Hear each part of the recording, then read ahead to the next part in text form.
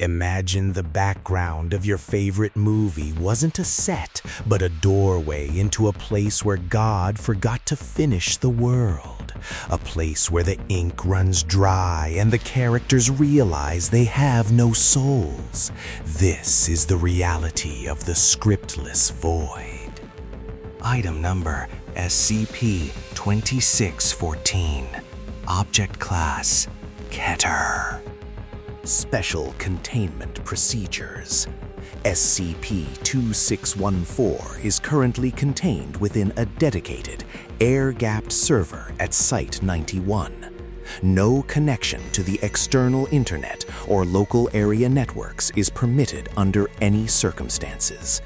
Access to the hardware housing SCP-2614 requires Level 4 clearance and a psychological evaluation specifically designed to screen for existential dissociation.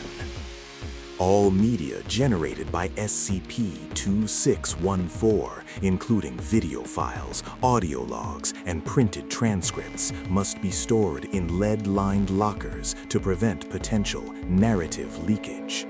Should a breach occur where the anomaly manifests in public broadcasts, Protocol Blank Slate is to be enacted, involving the immediate seizure of the broadcasting station and the administration of Class A amnestics to all viewers within the signal radius. Description: SCP-2614 refers to a localized metaphysical phenomenon that manifests within high-fidelity digital media, specifically television broadcasts and cinematic films produced between the years 1950 and 2010. The anomaly is characterized by a seam or void that appears in the background of a scene, usually behind a door, an open window, or at the edge of a dark hallway. While these areas would normally be considered out of bounds or simply unrendered space in the context of the production, SCP-26141 transforms them into traversable physical locations. When a sentient observer focuses intensely on these seams while the media is playing, they may find themselves pulled into the narrative environment. The interior of SCP-2614, commonly referred to as the Scriptless Void, is not a continuation of the film's setting. Instead, it is a region of ontological collapse. Once an individual steps off the set of the media and enters the void, the laws of physics, logic, and narrative consistency cease to function. The environment beyond the scripted areas is described as a vast, achromatic expanse composed of unrefined conceptual matter. In the void, time does not move linearly. It moves according to the pacing of the original media. If a film cuts to a different scene, the individual inside the void is violently displaced. If the film ends, the individual is effectively deleted from consensus reality. The most horrific aspect of SCP-2614 is the discarded. These are entities that reside within the void. Based on recovered footage, the discarded appear to be humanoid figures with unfinished features, faces without eyes, hands without fingers, and bodies that lack internal organs. Research suggests these entities are background characters or cut concepts that have gained a rudimentary, agonizing form of sentience. They are hostile to scripted entities and will attempt to pull intruders into the unrefined matter of the void to assimilate their narrative weight. Addendum 2614 Alpha. Exploration Log. The following is a transcript of Exploration Log 2614 Alpha. D882 was equipped with a head-mounted camera and a tethered audio link. The medium used was a 1994 VHS copy of a popular family sitcom titled The Miller Family. The footage begins with D882 standing in the center of the Miller family's living room. The show's actors are frozen in place due to the Foundation's ability to pause the narrative stream without stopping the anomaly's internal clock. D882 asks if he should proceed. Command confirms. D882 walks toward the front door of the house. In the show, this door leads to a suburban street. However, as D882 opens it, the camera reveals only a swirling gray mist. There are no houses, no sun, and no sky. Just a flat gray plain that stretches into infinity.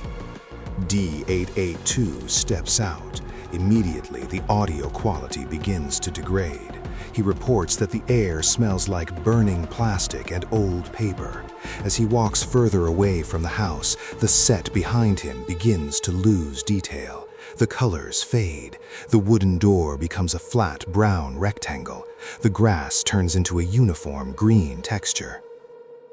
D882 says, "It's quiet, too quiet. I can hear my own heart, but it sounds like it's being recorded on a bad tape." After 5 minutes of walking, D882 encounters the first entity. It is standing perfectly still, facing away from him. It wears a suit that looks like it was painted onto its skin. When D882 approaches, the entity turns around. It has no face, only a smooth, fleshy surface where the eyes and mouth should be. It begins to emit a sound that Command identifies as a high-speed playback of a human scream. D882 panics and begins to run. The ground beneath him starts to pixelate. He trips, and as his hand hits the floor, his fingers seem to merge with the gray matter of the void. He screams that he can't feel his arm. On the monitor in the observation room, the Miller family footage begins to glitch. A new character appears in the background of the frozen living room, a distorted version of D882, staring directly into the camera with an expression of pure terror. Command orders the tape to be ejected. D882 was never recovered. His identity was subsequently erased from all Foundation records outside of this report, as if he had been written out of existence. Incident Report 2614 Omega, the static leak. On July 14, 2022, a Level 3 researcher, Dr. Eris Thorne, attempted an unauthorized entry into SCP-2614 using a live news broadcast.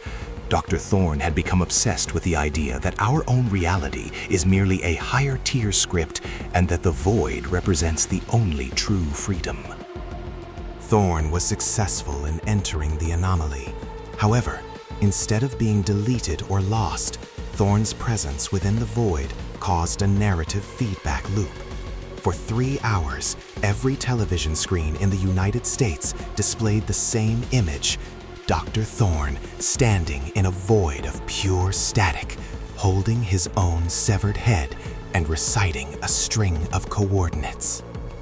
The coordinates led to an abandoned film studio in California.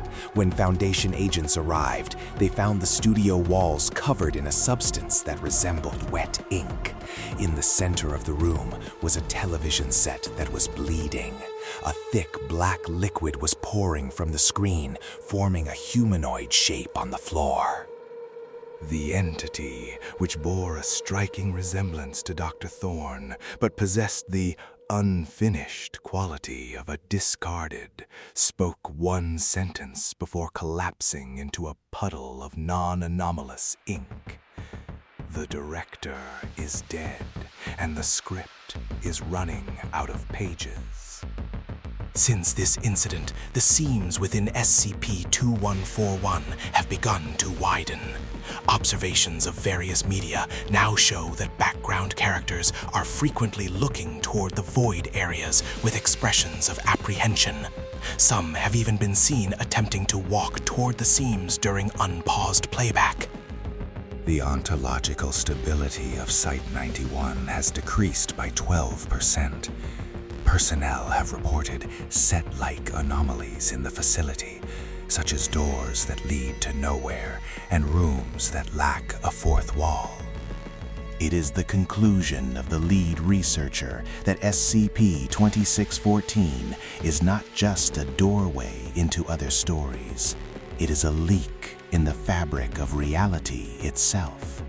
If the void continues to expand, the distinction between what is scripted and what is real will vanish. We will all become background characters in a story that has no ending and no purpose. We are currently monitoring a 24-hour news cycle for any signs of the gray mist. If the static starts to bleed into the weather report, there will be no one left to turn off the television. The void is hungry for a plot. Don't give it one. Subscribe for more.